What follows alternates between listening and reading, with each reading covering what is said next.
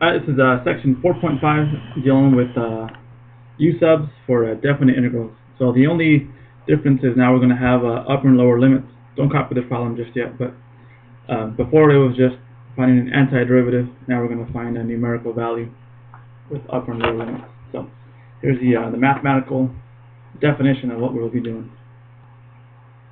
I'll pause it and copy it.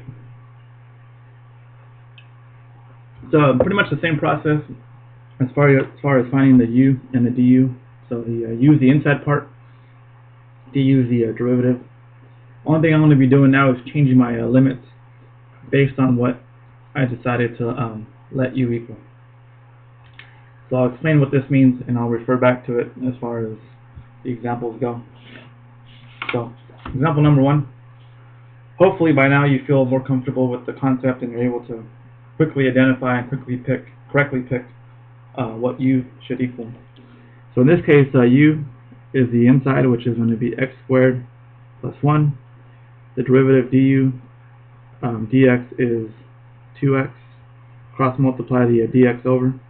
So du is equal to 2 dx. You have this additional 2, which is not in the problem, so you divide it over.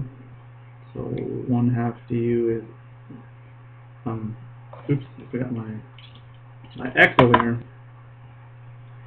Don't want to confuse you guys further than you might already be. Alright, so this is going to take care of my u. This x and this dx are these two right over here. So here we go. It's going to be u to the third power. X and dx gets replaced with 1/2 du.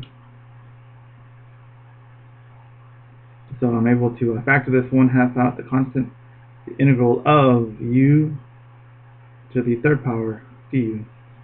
Now here's where the change comes. I'm going to go ahead and plug in my lower limit into whatever function I let u equal. That's going to be my new lower limit. So if I select u basically like of 0, it's going to be 0 squared plus 1 is going to be 1. That's going to be my new lower limit, 1. My upper limit now, b, if I plug in my upper limit into what I selected for u, it's going to be u of 1. And 1 squared plus 1 is 2, so my new upper limit is going to be 2. So now I'm going to be working with a new lower and a new upper limit, 1 and 2. There is a little introduction video I made that compares this method to going back in terms of x, and you'll get the exact same answer. So if you're interested as to why this works, how this works, you can go back and watch the introduction video. Alright, so now that I have my new limits, I can go ahead and find my antiderivative like I would normally. It's going to be 1/2. The power rule on this says u to the 4th power over 4, going from 1 to 2. So all I did was apply the power rule on u to the 3rd. Now you have two options from here.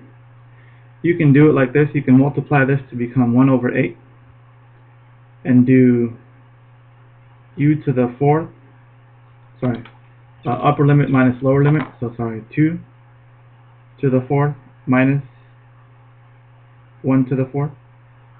So all I did was multiply these two to make it 1 over 8, and then do the upper limit minus the lower limit. Or what you could do is just do 1 over 2, and you can go 2 to the 4th over 4 minus 1 to the 4th over 4.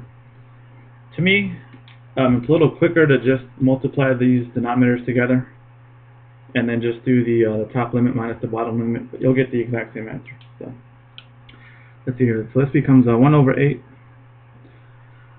Let's see, 2 to the 4th power, that's going to be 2 times 2 times 2 times 2, that's going to be 4 times 4, that's going to be a 16 minus 1, so my answer is going to be 15 over 8. If I do it the other way, it's going to be a 1/2. 2 to the 4th power is 16 over 4 minus 1 over 4, which becomes 1/2 parentheses 15 over 4, which gives you 15 over 8. The exact same thing. So my method is I would multiply these fractions together to get 1 over 8, and then do the top minus the bottom. Or what you could just do is plug it in directly, and at the very end multiply. You'll get the same thing. Alright, example number 2. Find the area bounded by the graph of this from 0 to 7 and the x-axis. Alright. So my quick knowledge about graphs means that this is going to begin at the x-axis, so it's this part. It starts over here at x equal to 0, and it ends over here at x equal to 7. And this graph looks something like that. So I'm looking for all this area. So if you're looking for the integral from 0 to 7 of 1 minus square root of 4 plus 3x dx. That's basically what I have to evaluate. Alrighty, so I'll grab some more paper in case I run out of room. First thing I want to do is do a u sub. U is going to be the inside, and if I let the derivative, if I find the derivative of that, it's going to be 3. I cross multiply the dx over, so it's going to be du equal to 3 dx. Notice I don't have this extra constant of 3, so I can divide this over, so 1 over 3 du is equal to dx. So the inside part is what u is going to equal. This dx over here is that dx right over there. So my integral, this is all being raised to the 1/2 power. It's in the denominator, so it's going to be a negative 1/2. This dx gets replaced with a 1/3 du. I'm going to go ahead and change my limits. So now u of 0, and I plug in 0 into here, into the lower limit. The lower limit plug into that, changes to be 0 to the plus 4, it's going to be 4. So that's going to be my new lower limit is 4. When I do the upper limit, it's going to be plugging in the upper limit into what I selected for u. That's going to be u of 7. It's going to be a 21 plus 4, which is 25. So my new upper limit is going to be a 25. So continuing, I factor out this 1/3. This integral is going to be 4 to 25 of u to the negative 1/2 du. And I go ahead and continue. This is going to be 1 over 3. Antiderivative, the power rule, says add the power by 1. So 1/2 over 1/2. Simplifying this, it's going to be 1 over 3, 2, u to the 1/2 from 4 to 25. I'm going to go ahead and do it both ways. I'm going to go 2 over 3. This is going to be square root of 25 minus the square root of 4. Or over here, it's going to be 1 over 3, parentheses 2, square root of 25 minus 2, square root of 4. Oops.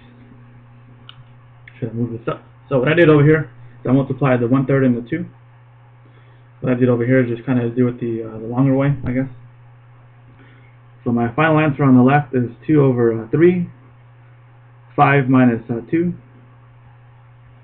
So it's going to be 2 over 3 times 3. Which my answer is going to just be equal to 2. This side you'll get the exact same thing, hopefully. This is going to be 2 times 5, which is 10. 2 times 2, which is 8, which is going to be, hang on a second here, this doesn't seem right, 2 times 2, that should be 4. Alright, so this is going to be a 6, which gives me 2, and that's the exact same way. So hopefully, after watching this, you realize the limit switch makes the problem a little bit neater. I would prefer that you do this way, just because it looks a little bit more nice, I guess. Maybe less room for error. But if you prefer doing it the other way, you'll get the exact same thing. And that's it.